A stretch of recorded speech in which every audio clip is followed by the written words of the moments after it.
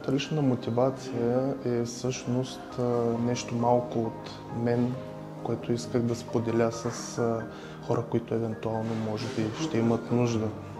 Става дума за малки дечица, за възрастни хора, за близки, за роднини, за приятели. За мен е важно да се дарява кръв, защото на всеки може да се случи да има нужда.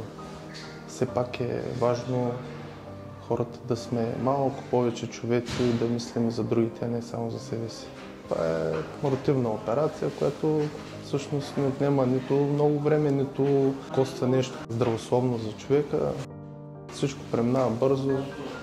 Хората, които са в кръвния център, са страшно големи професионалисти. Моят призив към всички, които може би ще погледат това видео е всъщност идвайте, дарявайте.